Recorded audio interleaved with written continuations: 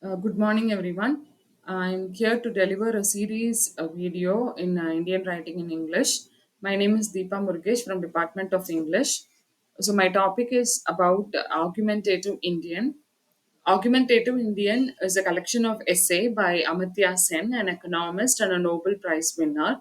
It focuses on the argumentative history of India.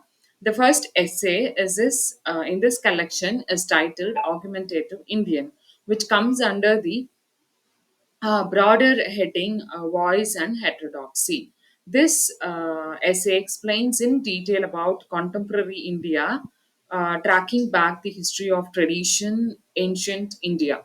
So the summary of the essay is like starts with a negative introduction about India.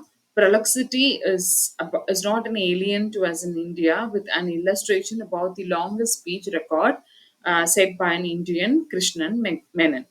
Then, this statement further substantiated from ancient Indian epics Ramayana and Mahabharata, comparing its length with Homer's Iliad and Odyssey. So here, the dialogues and the significance from the epics has been considered, and also the argumentative tradition is traced out from the argument of Krishna and Arjuna, which happened in Bhagavad Gita. Not only the argument that is won, but also the other side of the argument that is given an equal significance.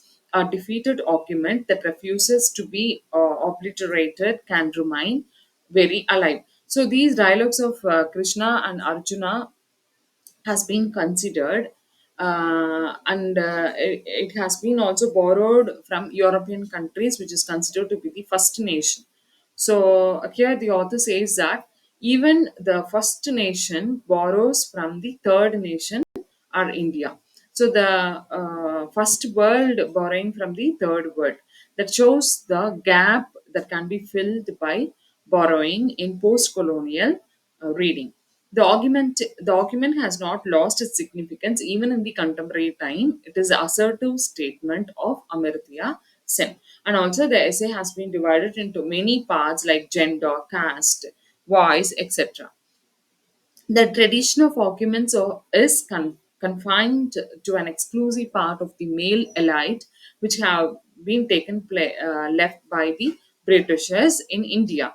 Though India is said to be a patriarchal society, it had women rulers from the beginning. Maybe, for example, from the ancient time, which we got from the text of Upanishad and Indian history. Yet, such women leaders are not elected in the US. First world, in case of the caste, the argument has not come to an end yet.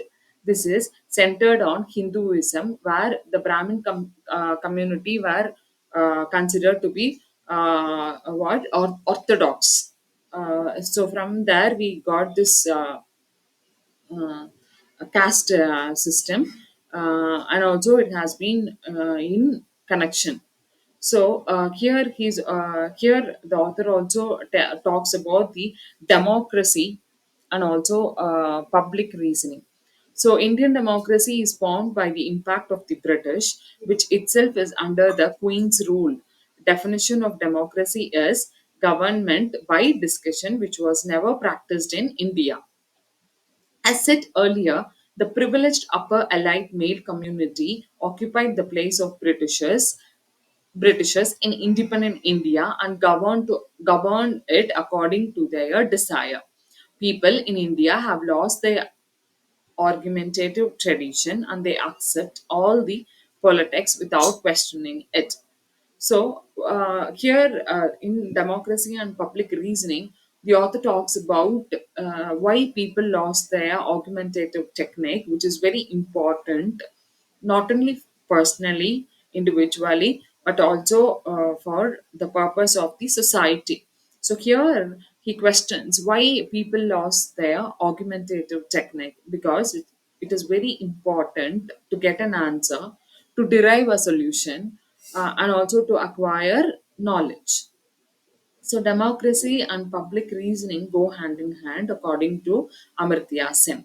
Indian democracy is not is formed framed by the people itself.